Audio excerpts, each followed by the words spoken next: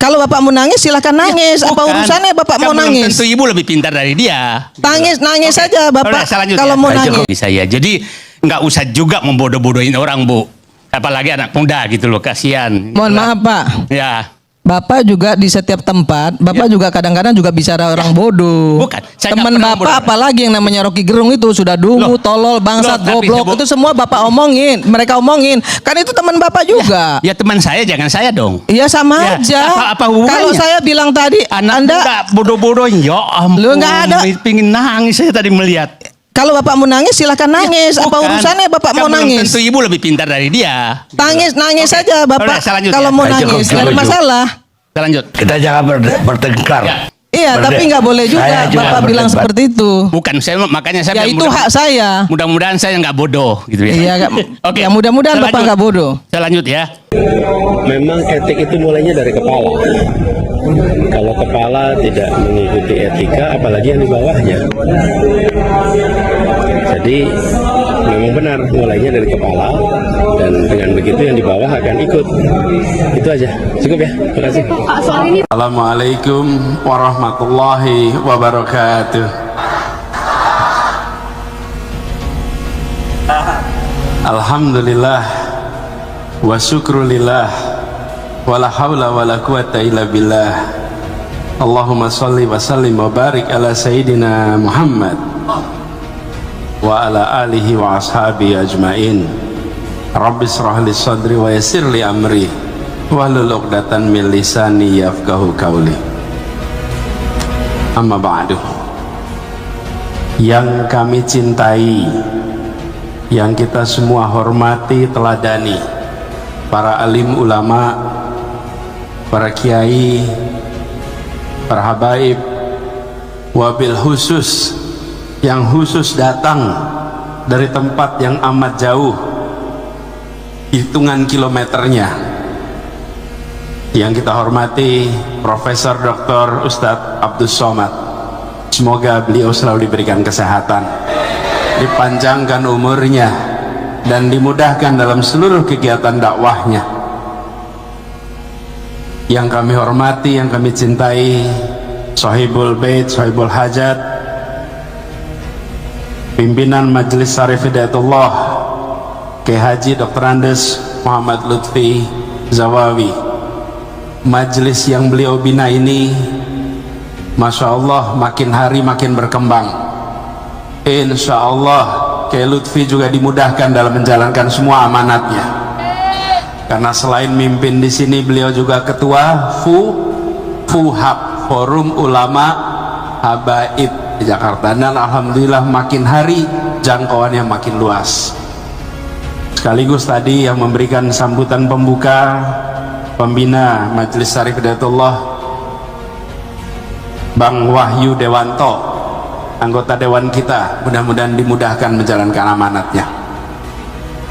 Dan semua saja yang mohon izin tidak tersebutkan nama satu persatu, tapi alhamdulillah semua diberikan nikmat sehat.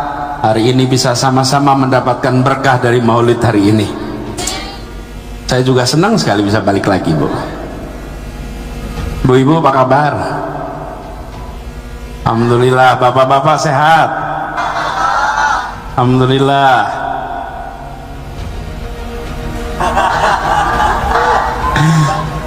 Masya Allah, panjang bener panggilan itu. Itu yang bisa ngomong panjang itu nanti boleh ketemu sebentar nanti ya.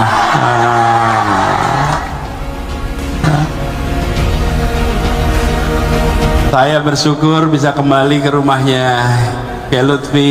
Setiap beliau ada majelis, selalu kalau undangan insya Allah diwajibkan hadir. Kita ingin majelis-majelis seperti ini terus makin tumbuh berkembang di Jakarta. Ini menjaga iman, Islam, akhlak. Apalagi yang datang banyak orang tua di sini yang insya Allah bisa membawa ilmunya untuk dilaksanakan di rumah kita masing-masing. Dan Jakarta alhamdulillah, mudah-mudahan ke depan juga begitu, hujannya masih terkendali. Doakan hujannya nggak gede-gede, betul nggak? Iya, Yang kita bisa kendalikan tuh air yang sudah jatuh di tanah, tapi air yang jatuh dari langit tidak bisa dikendalikan, betul tidak? Jadi kita doakan mudah-mudahan Jakarta bebas dari bencana, dijauhkan dari bencana banjir, keluarga-keluarga terlindungi semuanya. Pilkada udah selesai belum? Udah. Pilih mana? Rahasia dong ya, rahasia ya. Pilkada sudah selesai, yang menang adalah rakyat Jakarta. Pemenangnya siapa? Pemenangnya siapa? Yang menang rakyat Jakarta. Pilkada kemarin alhamdulillah. Kenapa saya sebut yang menang rakyat Jakarta? Karena yang menang adalah pemilu yang bersih, yang tidak ada intervensi, yang warganya tahan terhadap godaan macam-macam. Betul tidak? Ya, kalau ada intervensi, ingat gak yang ada intervensi? Ingat. Gak usah diingat-ingat sekarang ya. Pernah ya. Nah, kita ingin kemenangan rakyat Jakarta ini kita gunakan untuk Jakarta yang lebih baik. Tapi kondisi Jakarta tidak mungkin berubah kalau rakyatnya tidak mengubah. Betul tidak? Jadi kita harus mengusahakan sama-sama. Alhamdulillah sudah terpilih gubernur baru, wakil gubernur baru. Tadi datang ya wakilnya ya? Namanya siapa? Siapa namanya? Bang Dul. Ya, Bang Dul anak Betawi, doanya Benyamin Sueb terkabul. Betul nggak? Nah, biarkan nanti mereka, Mas Pram, Bang Dul yang mimpin, tapi semua kita harus mengusahakan Jakarta berubah. Tidak mungkin perubahan itu bisa dimulai hanya di pemerintah saja. Rakyatnya harus bersama-sama. Rakyatnya harus mengusahakan. Innallaha la yughayyiru ma biqaumin hatta yughayyiru ma bi anfusihim. Kita tidak mungkin bisa mengubah nasib kalau kita tidak mengusahakannya sendiri. Karena itulah sama-sama kita ikhtiarkan. Insya Allah saya juga akan terus menjaga silaturahmi dengan semuanya. Insya Allah akan ketemu. Ini kalau ibu-ibu bikin majelis taklim, saya juga selalu hadir. Walaupun kalau ibu-ibu majelis taklim itu durasinya lebih panjang dari bapak-bapak. Majelis taklim ibu-ibu, bapak-bapak jarang pengalaman ya. Saya berkali-kali datang ke majelis taklim ibu-ibu. Majelis taklimnya lebih panjang. Kenapa? Suguhannya lebih banyak. Bapak-bapak suguhannya lebih sedikit. Tapi insya Allah silaturahmi kita jaga. Juga persaudaraan di antara kita. Mungkin saja kemarin ada yang beda pilihan. Itu biasa. Wong suami istri aja nggak selalu sama. Betul tidak? Dalam urusan rumah tangga seringkali kita beda, suami sama istri.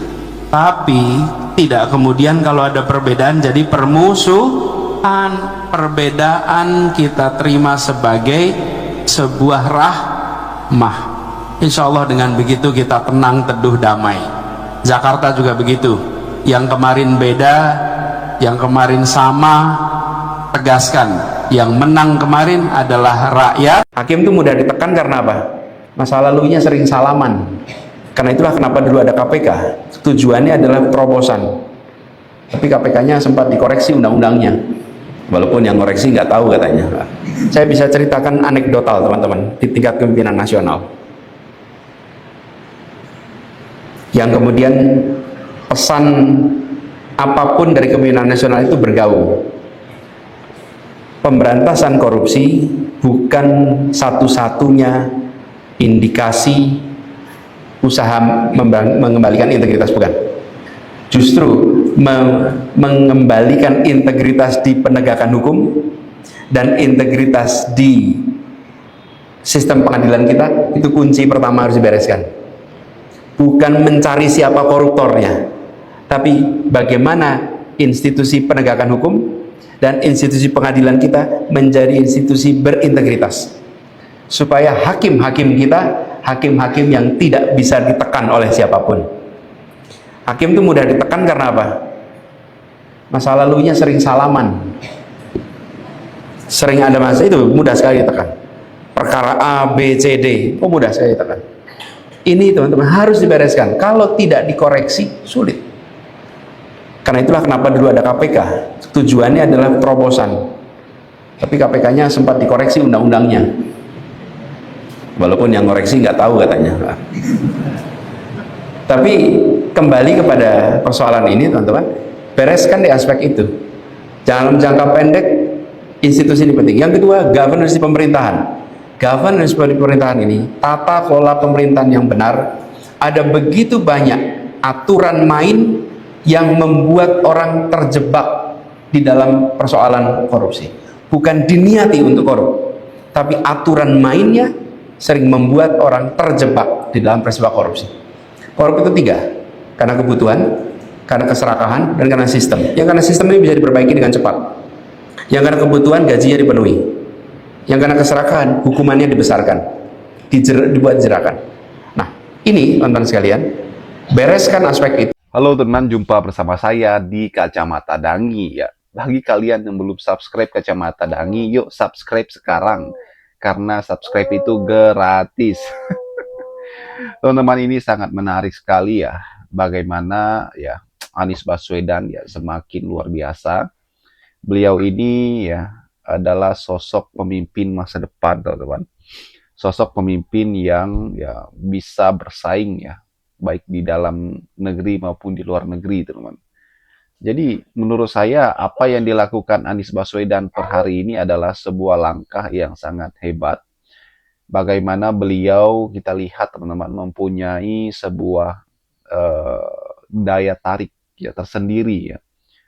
2024 mungkin beliau kalah, teman-teman. Ya, 2029 ini adalah kesempatan baru bagi Anies ya untuk mengikuti kontestasi Pilpres. Ya, ini adalah sebuah langkah yang sangat baik kalau misalnya Anies betul-betul menunjukkan sikap yang luar biasa, teman-teman. Karena gini, 2029 ini lawannya ini nggak kaleng-kaleng sebenarnya. Prabowo adalah sang petahana, ya kan.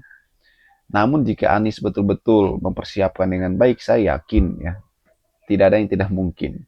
Apalagi saat ini Anies ini mempunyai modal yang sangat besar ya. Anies mempunyai bekal suara 2024 ya. Anies juga sekarang sedang bekerja sosial, teman-teman ya. Bagaimana ia membantu masyarakat, dan itu sedang viral sekali ya. Anies membuat jembatan, bagaimana Anies kemudian saat ini juga menjadi membuat sebuah partai politik, dan pengurusnya itu pun sudah menyebar ke seluruh Indonesia, teman-teman. Menurut saya ini sangat baik sekali ya. Dan yang menarik adalah ketika Anies Baswedan terus ya menjadi pihak oposisi yang selalu aktif bersuara mengkritik pemerintah, teman-teman. Karena ini adalah sebuah hal yang sangat luar biasa ya. Dan ini adalah langkah yang sangat jenius dari Anies, teman-teman. Bagaimana ia ketika ada isu-isu nasional, isu yang sedang hangat, isu yang sedang viral ya, Anies itu selalu ya memberikan respon tanggapan yang sangat berkelas ya. Menurut saya ini adalah sebuah hal yang sangat baik ya, untuk ke depan. Kenapa? Karena masyarakat kemudian kan melihat apa yang Anies lakukan, teman-teman. Bagaimana menurut kalian? Apakah Anies pantas untuk menjadi pemimpin di masa depan? Yuk kita diskusi di kolom komentar ya. Sampai jumpa lagi. Salam.